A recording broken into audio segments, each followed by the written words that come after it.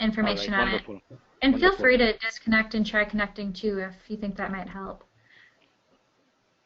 No, it's working all right, but once in a while it cuts off and then goes back on. Okay. Well, are you all able to see the screen clearly? I guess that's a good start. Yes. Yes. Okay. Excellent. Great. Okay. So I guess we'll jump ahead. I've got a kind of an outline of the interface here. The goal of today really is to do. This is the agenda for today, but the first two above number 3 there is to get your accounts connected to the competition. To do that, the Innovation Portal connects. You create an individual account, and then there's a competition that Elena has a dashboard connected to. And our first order of business is to get you an account and then get those connected. For I guess a visual representation of that is kind of a big empty bucket where all the students will digitally put their portfolios and then have your buckets, individual buckets, waiting, and then Elena will be able to distribute them to you once they're all in place. So we'll kind of walk through that procedure real quick. But then the main focus is to demonstrate what the online system works, what it looks like and what it works. So I've set myself up as a judge for a competition, and I'm going to show you how to access the portfolios that will be assigned to you.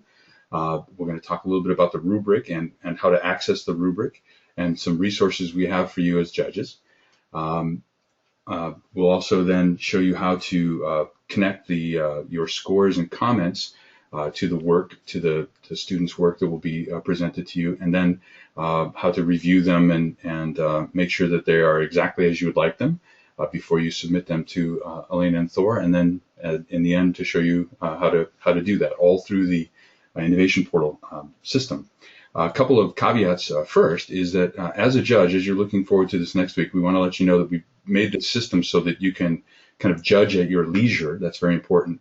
Meaning, as you watch the demonstration today, I'll reiterate again when I get there, but if you get called away in the middle, even in the middle of a sentence, if you're adding a comment or something like that, you can simply log off your computer, and then when you come back, you can start right where you left off.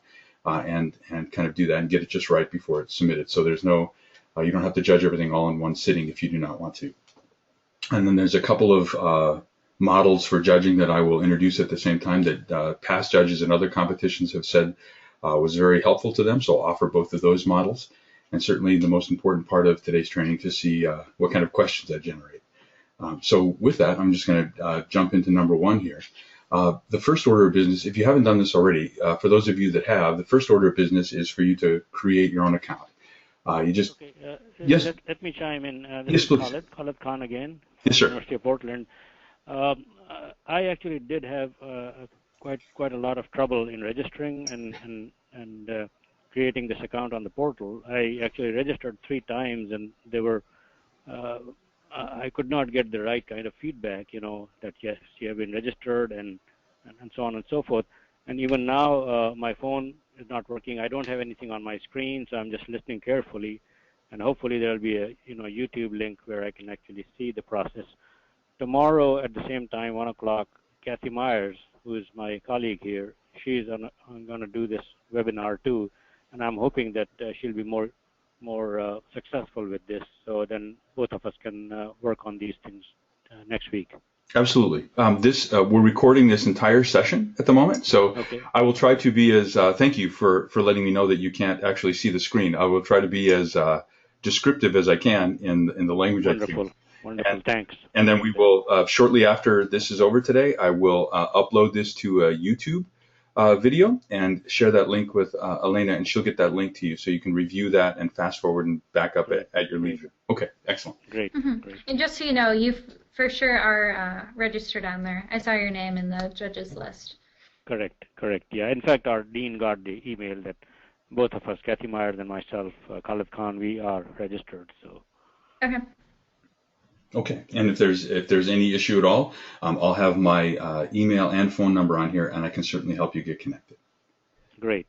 Okay, perfect. Okay, so assuming everybody's was able to create an account, and the Innovation Portal sends you like registering for any kind of account online, it sends you an email to make sure you're not a robot, and you click the link, create a password, and then you've created an account. That's just one of the 2 steps. So now you have your own account.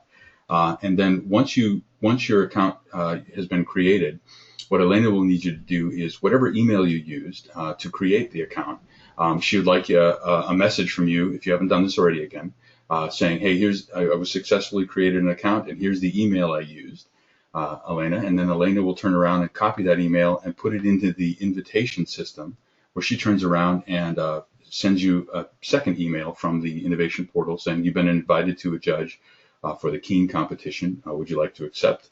And then you can accept through your email invitation or right on the innovation portal if you happen to be logged in, either one. And that's all you need to do to connect your account to the competition to get ready to receive portfolios. And so if that is an issue for anyone, again, I'll post my email address and my phone number, and we can certainly get you connected. I wanted you to have kind of a look at how the system works. It's pretty straightforward. There you all are on the lower right-hand side of the screen. We're getting you connected, but nothing in the buckets I mentioned before, represented by the trophies, if you would. So we'll get you all connected to the competition, and Elena's dashboard and larger bucket represented in the center. And then there's all the students over there on the left. They've been building on these portfolios on the innovation portal, and they have till tomorrow at midnight, I think, to submit their portfolios for the competition. So what they've done is they've registered, and Elena has their email addresses and can send them updates directly because they registered for the competition. And then once they're registered and when their portfolios are ready and the submission window is open, all they have to do is go back to the competition.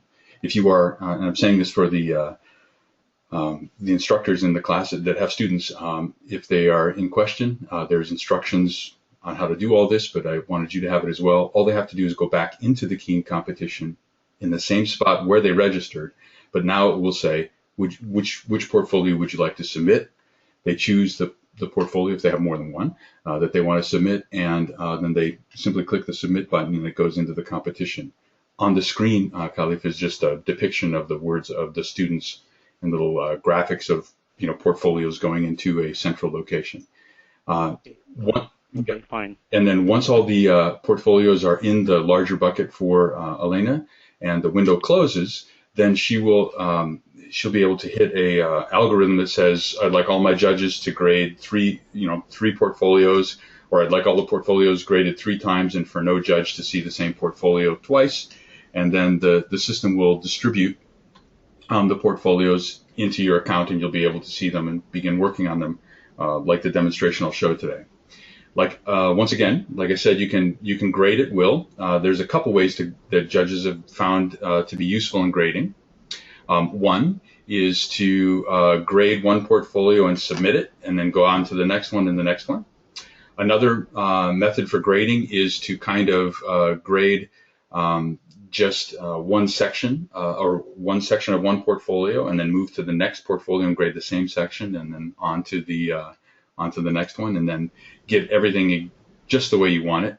And then when everything is the way you want it, go back and then submit formally submit the scores at the very end. And I can show you how to do both of those. But once you submit the scores, they go back to Elena and Thor's dashboard, and they get combined with the other scores, the other people who were scoring the same portfolio, and they get averaged, and then the higher scores matriculate to the top, and the scores work down from there. The other thing I want to share with you is just from a student perspective. On the screen is a depiction of a student creating a portfolio, and what they've been doing is they get onto the portfolio. They'll see the same interface I'll show you in a second. They can connect with project partners in the same room or anywhere that there's an internet connection. They can share their portfolio with their teachers and their mentors and receive feedback. So their teachers and their mentors, depicted here on the screen, can have viewing and comment rights, but they can't edit. So and that's very common, where the feedback they get from project mentors will come back to them. So it's a great classroom tool in that way. And all that information coming into the portfolio starts on day one and helps the students build a great entry. when they get it to exactly where they want it, then they can enter any number of competitions that they qualify for on the innovation portal, because it's the same rubric all the way through. And then beyond the competition, if they want to create portfolios for other works, they can create as many portfolios as they'd like. There's really no memory cap or any or cap on the length of time that you can hold an innovation portal account. So I wanted to share that with you. This last slide depicts. I'm going to show this last slide and talk about what it depicts, but then I'm going to jump over to the innovation portal and show you the interface. But some resources we found that have been very helpful to judges that we're going to include in an email to all of you. And these are just separate files. There's 3 depicted on the screen. The first one is just a PDF that's a step-by-step of what I'll be showing you today: how to access the portfolios, how to access the scoring screen and comment screen, how to review your scores as a summary, and then how to submit them. The second 2 files that we'll be sending you, one of them is the entire rubric. It's just the rubric is actually embedded in the portal for students to use and for you to see as well. But we found out that some judges like to have a printed copy sitting on their desk when they score, and then just using their computer screen to access the student works and refer back and forth, and that's easier for them. So we'll have a copy of the entire portfolio sent to you. And then there's also the last file that is some reflective questions that take the highest score descriptor of each category, and then under it, it depicts some reflective questions that are also present to the students from day one, saying, did you offer the reviewers of this portfolio these items? And if you did, you're probably getting very close to the higher point score. So the reflective questions and the rubric itself are tools in the beginning for students, but they've also been very useful in the judging process. So we want to make sure you have those resources. And I guess the fourth resource will be the recording that we're making at the moment, so that you can fast forward and rewind through anything that I have not made clear, that kind of thing. So I'm going to jump away from the PowerPoint and over to the innovation portal. But as I do that, I'm going to just pause for a minute and see if I've generated any questions from anyone.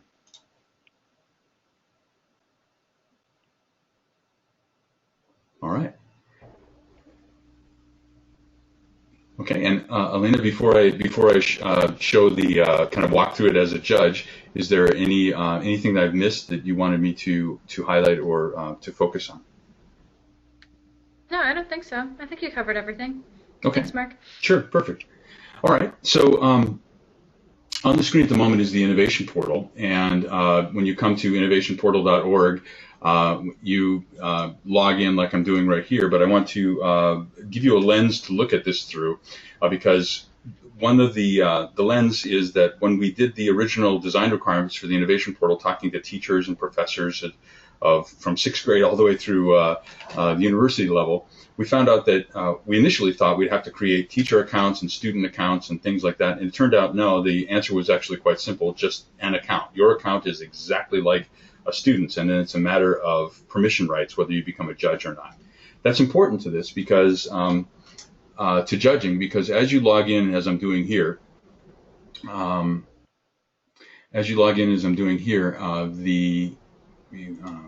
do one thing about the background there. So we go. As you log in here, I want you to look in. If you draw your eyes to the upper right-hand corner, you see that it jumps right in thinking you want to make a portfolio as if you were a student. And in the role of a judge, it's actually, we want to be in another section. But I just wanted you to know that this is what it's supposed to do. It jumps you into create a portfolio. Where as a judge, we want you to actually jump down here to the opportunities menu where all of the competitions are posted. And so I clicked on that, and you can see all of the different competitions, the high school competitions. There's an international competition for high school students, the Conrad competitions, some individual state competitions, and then the EMpwr competition sitting right on the screen. I'm going to draw your attention, if I could, to where it says current and past. Right at the top, these are the current competitions. Obviously, it defaults there. But I want to stop and make something, highlight something. At midnight tomorrow night, the Keen competition will disappear from the current competitions and jump into past competitions, meaning nobody can enter anymore. So as a judge, we'll log in, go to opportunities, and then we'll go to past competitions. So if I could, take the liberty of like asking you to superimpose the Keen competition into this competition right now that I'm going to jump in as a judge, the NSF Prime Grant one. So this is where you'd find the Keen competition, and when you click on it as a judge, it opens that competition. But of primary importance to you is because you're a judge, you will see the menu bar that I'm circling at the moment. It only has two options: to view the competition description, and then right next to it, reviews. When you click this, if you click it now, you can actually do this right now. It will just say there are no portfolios assigned to you at the moment. As of after Saturday, after we submit all the portfolios, when you come back here, this is where your portfolios will exist. As I talk, by the way, if you want to interrupt me, and Margie, I had a whole bunch of background noise, so I muted you. I'm going to open that up. If you do have a question, you can enter it in the chat box down there, and I'll unmute and stop my presentation. But I just want to make sure you guys have a chance to interrupt me if I'm not clear. All right. So what I want to do here is I'm going to open up one of the things, a couple of things to draw your attention to. I have 48 portfolios sitting here for me to grade. You will not have 48, you will have 3. And this fraction depiction on the screen says that I've completed 8 of the reviews or the scores out of the 48 that I've been assigned. So I have a bit of work to do. Yours will say 0 out of 3, and once you submit one, it will say 1 out of 3. And once it says 3 out of 3, that means that's an indication that you have completed all of the things and submitted them to Elena, all of the reviews. So I'm going to jump to an example here. There we go.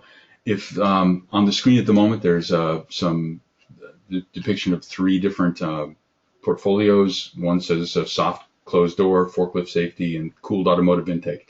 If you will, we'll pretend those are the 3 that were assigned to you. If we want to look at forklift safety, we just click on the title, and it takes us right into the student's portfolio. And if you'll picture a 3-ring binder sitting in front of you with tabs sticking out to the right, that's exactly the model we were supposed to use. And I'm going to draw your eyes, if we can, over to the right-hand side. A couple of things to note on the side. I'm hovering over, you'll see the letters A through N on the side. These are little tabs that stick out of the side. The portfolios default to the cover page. The cover page is actually quite important for the judges in the Keen competition, because the students have been told to put their entrepreneurial mindset journal as a link on the cover page. So you'll see information about the students on the cover page, maybe a picture of the students, a short summary of their project and where they're from, but you'll also see a link to their completed entrepreneurial mindset journal, and you can click that link and just review it right on the cover page. So there's nothing to really grade on the cover page other than being able to access the student's entrepreneurial mindset journal. For this competition, the elements that will be being used, as you saw in the email, I'll just reiterate them here, are elements A, the presentation and justification of the problem, and I'm hovering over that at the moment.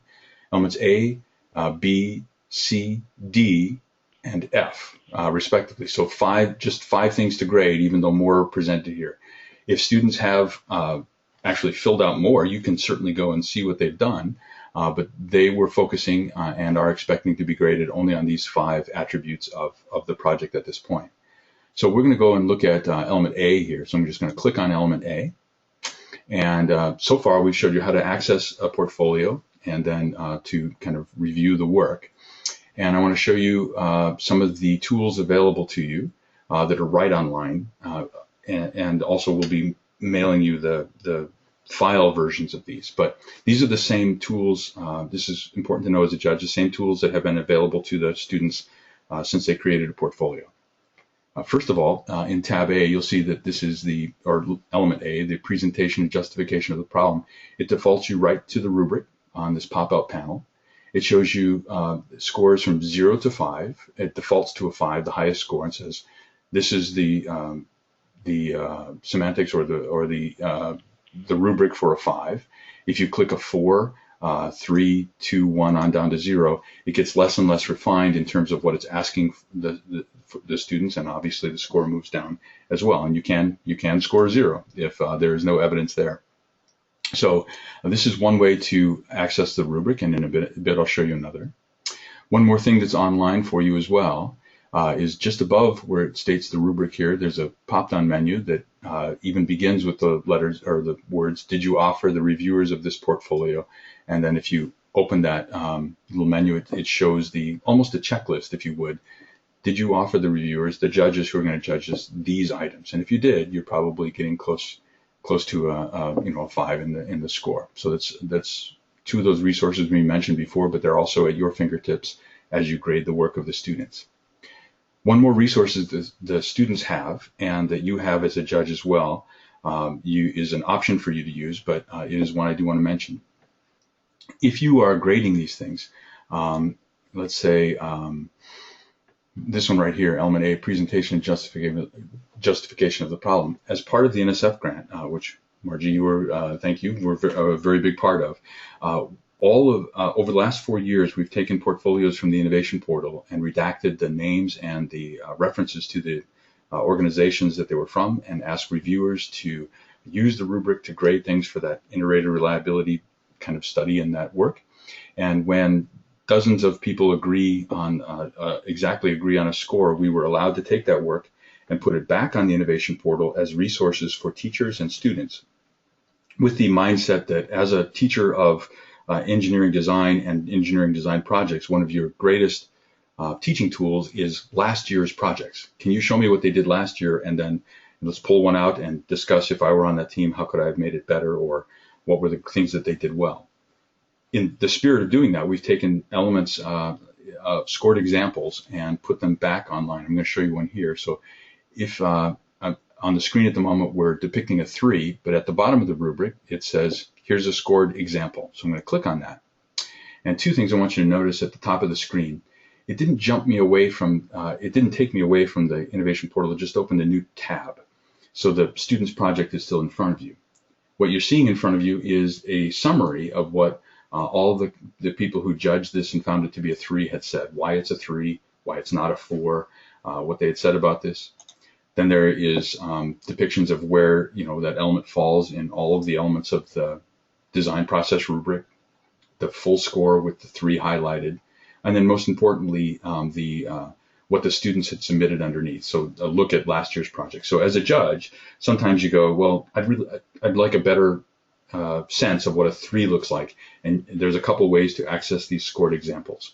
And this is one. I want to jump in. By the way, I remember this particular project, and it was great. It turns out that if you live in the north, the replacement of regular incandescent light bulbs in stoplights with LEDs is great. It's a money saver for the city, but it's actually hasn't saved any money in the north in many cities, especially if you have snow or inclement weather, because it turns out that the waste heat that was generated by the incandescent bulbs up there on the lights were enough to stop the accumulation of sleet and snow on the stoplight. So these students have found a problem, talked to traffic control experts and the whole bit, and many cities are spending more money sending trucks out to just scrape the snow off the stoplights rather than replace them. So that if you can figure out how to keep the snow out of an LED stoplight, I think there's a house in Malibu for you. But they did a great job at submitting articles where traffic accidents were blamed on this. They talked to some excerpts from interviews with transportation engineers and the whole bit. So this is an example of a 3, and I wanted to share that with you. So I'm going to close that and go back to the innovation portal, and then so that this is in the recording. I also want to show you another way to access that resource. Not required that you use it, just wanted to let you know it was there. Over here in the Learning Center, there's a whole section on scored examples, and it's just a nicer interface to access all the scored samples that we have for you. So it just puts them all in front of you really quick. So you can access them one at a time through the element you happen to be working on if you're a student, or as a judge, if you want to jump over here, you can just go over there and grab those.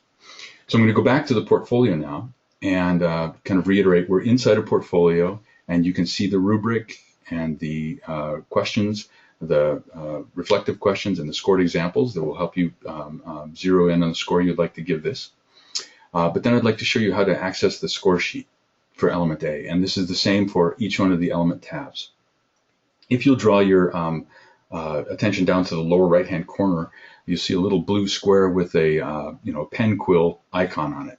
I'm going to click that, and it's going to overlay the score sheet right on top of the student work. So I have a scroll mouse here. I'm just going to move the wheel, and you can see that the work goes up and down behind the score sheet. Programming-wise, this was an exercise in screen real estate.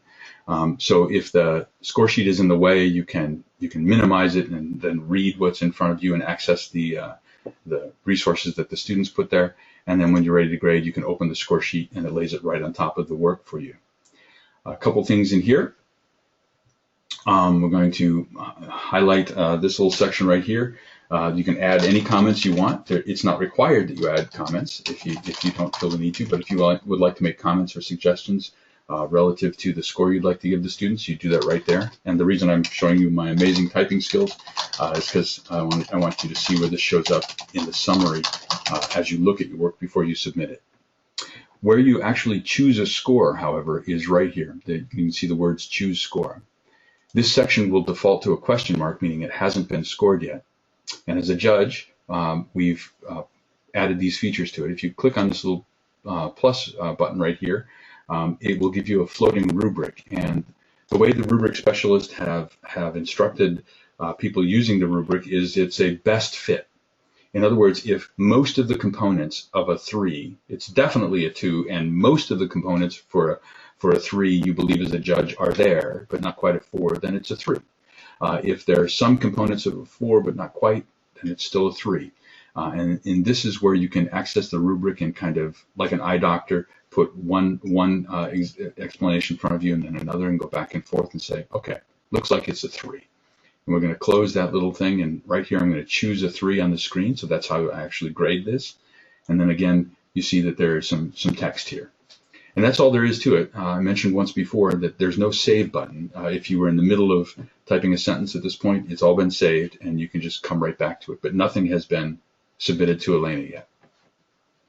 So I'm just going to go do that. I'm going to go do this again for element C. You have to do A, B, C, D, and F.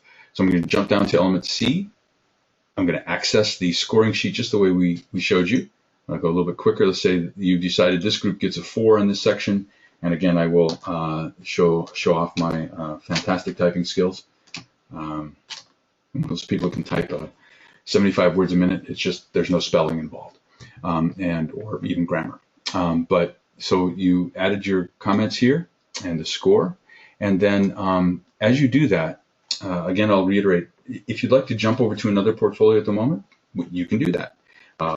In our last judges training session, one of the judges said, "I'd like to be able to grade letter A in one portfolio and then go to the next portfolio and grade A and then come back and do B, B, and B all the way across." And that's just a matter of jumping to another portfolio and doing that because nothing has been submitted yet. So that's our next step, really, to show you. Let's assume that you have gone through this portfolio and you feel very confident in the scores that you have assigned in the comments. How do I submit it? To do that, if you look up at the top, it says complete review. I'm going to click on that. And this is analogous to the summary page you get on Amazon before you buy something, if you would. Nothing's been submitted. Nothing's been submitted yet, but you can see a summary of everything that you have entered so far. So for element A, we added a 3, and you can see the gibberish I typed. For element B, I had put a 4 in there before and typed some things. But as you go down to element D here, this is one of my assignments. If I were a keen judge, it's still a question mark. So it's like, oh, I didn't do that one yet. So I've just hit the back button and go back to go back and enter my grades and comments. Once you have everything the way you want it on the summary page, if this looks good to you, I'm going to scroll down here to the bottom. And again, because we're only using a portion of this rubric, many of these question marks, this is perfectly fine. This is exactly what it should be. You shouldn't even have a grade down here on element M that I had put somewhere before. Yours will be a question mark. But if everything checks out the way it should here for you, at the bottom, it says this little radio button here. It says the words "I understand" and "wish to complete this review." If you read the words above it, all it says is that you won't be able to edit. You'll be able to see your work and see the students' work, but as soon as we click that complete review button, a copy will be, for lack of a better phrase, written in stone, and you will keep a copy, and Elena and Thor will get one, and it's no longer you're no longer able to edit. So at this point, if you want to go back, you still can. But if I click this radio button saying I understand and I've read that, once I click this complete review button, it will go to it will lock it in the system, and it will show up on the dashboard of the competition. And that's all there is to grading a given portfolio. And once you do that, you can go right back to opportunities and jump back into your competition. There's a couple different ways to get there. Go right back into your reviews, and then open up the next portfolio and kind of go that route. So if the ones on the screen, if these were your three, you can go back and forth at will. Or as I mentioned before, you can complete one, send it in, complete the second, send it in. And the third, and then you're done. And a couple of ways to know, for feedback for you, to know for sure that Elena and Thor have your scores. One is the fraction I mentioned earlier. Well, if you had 3 portfolios, it would say 3 out of 3 have been submitted. So that's one way to do it. Another way is that right here on the screen, it will have the word either complete or active relative to one of the portfolios assigned to you. If it says complete, it means it's been submitted. And I'll scroll down here. Here's one. The humidity issues on Guam. This particular portfolio still has an active review, meaning I started it but hadn't submitted it yet. So I may have to go back and actually click the radio button and submit it to Elena. So the goal here was to at least walk you through the process. I probably lingered on some of the things a bit longer than it would take you in practice. You just click on them and then access the scoring sheet and then the rubric the way we had suggested, and then submit your scores. And like the cartoon I showed in the PowerPoint, the system will send all the scores and average them back on the dashboard that Elaine is in control of.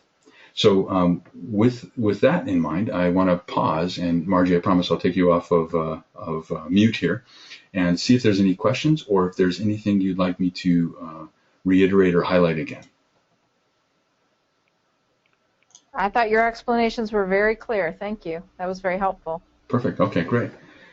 Yeah, same here. I was, getting fade out and coming back on, but I was able to get the gist of it, and I've been making notes for Kathy Myers for tomorrow. So I think between Kathy and myself, we should be pretty clear about this and with the YouTube video. Excellent, great. And I do want to offer, I should offer this, where did I put it? There we go. There we go. On the screen at the moment, and I will, Dr. Khan, I will read it out for you. I have my email address and phone number. Should you run into any technical issues, or I have resources from the NSF even beyond the ones we showed you. If you have questions about the rubric or how something applies, or have trouble connecting, or if anything goes wrong, please email me or call me, and I will fix it right there. But my email is mschroll, that's MSCHROLL, and that's at pltw.org. So mschroll at pltw.org. And then my phone number, my mobile number is 518-925-8714. So if there's any questions, I know it's a different story once you're in the middle of it, but hopefully we've tried to make the interface as straightforward as possible. It's not entirely intuitive, but that's what the training was about.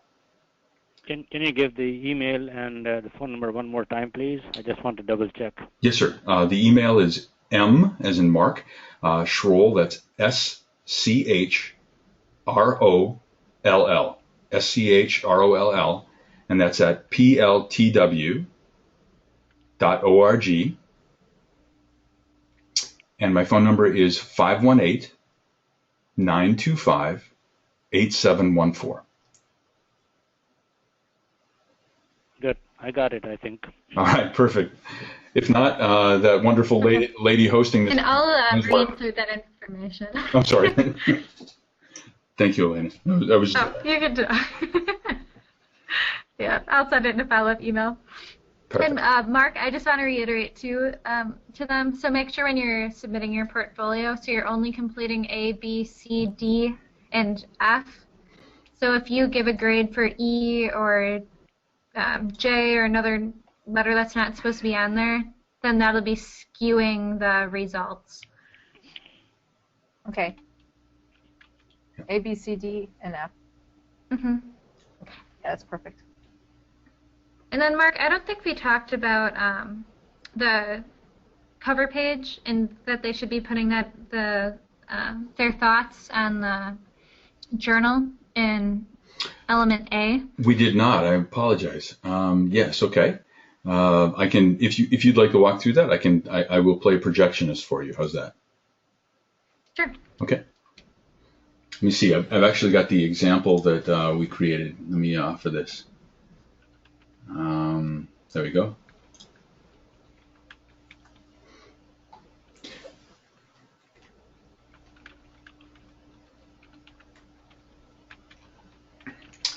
Should I give it a shot, Elena? Go for it. It's okay. On the cover page, I alluded to this before, but Elena, thank you. I should have probably shown this graphic on the screen. This is a mock-up of what you might see, what the students have been asked to do.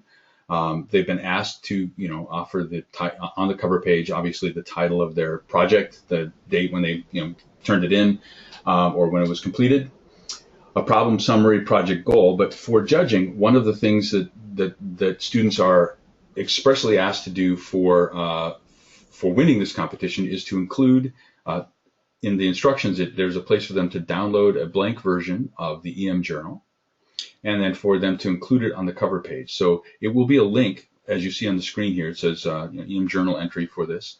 I'm going to click that, and it's going to open it on the screen.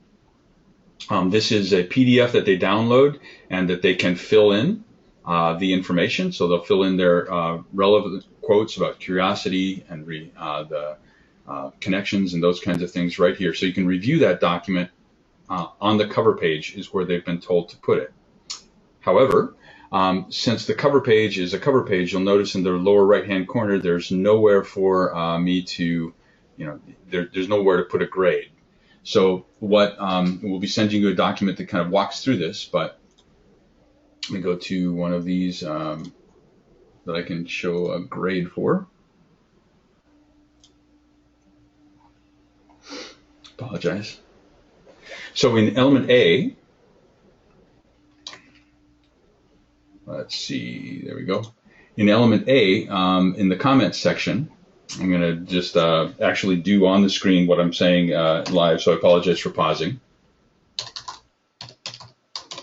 Along with my amazing typing skills, we're also learning about my amazing multitasking skills, both of which are non-existent. Okay, so now we're inside this portfolio we were working on before, but I'm going to click on letter A. And as in the depiction I showed you before, you can review the journal and look at it, even print it out if you'd like to look at it offline.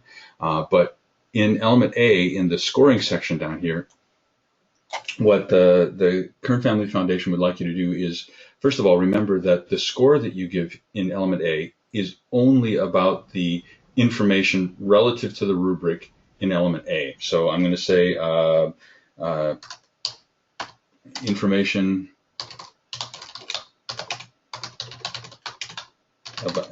and comments about A, and stuck it all together there. So your comments come in this area that I'm showing you here, but right after these comments, if you wouldn't mind putting the heading EM Journal. There's nothing to grade on the EM Journal. It's just, and I'll let Elena, sorry, can't type and talk. I will let her elaborate, but in this section right here, they would like to have your comments about the students' submission about the entrepreneurial mindset. So, Elena, I'm going to offer you that one. Oh, sure.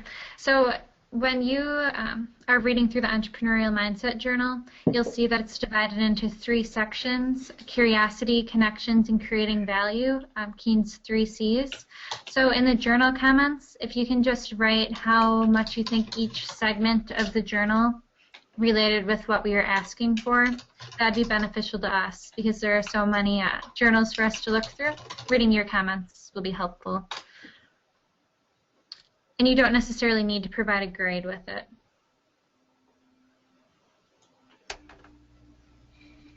Yep. So for the EM journal, there is no actually rubric grade, but your comments would put in this section was how we are going to capture that. This way, it keeps the comments with the specific judge's comments with the specific portfolio. So as Elena and Thor kind of peruse through that, they have all that information right in front of them. Okay, I think that covers it, Mark. Perfect. Okay.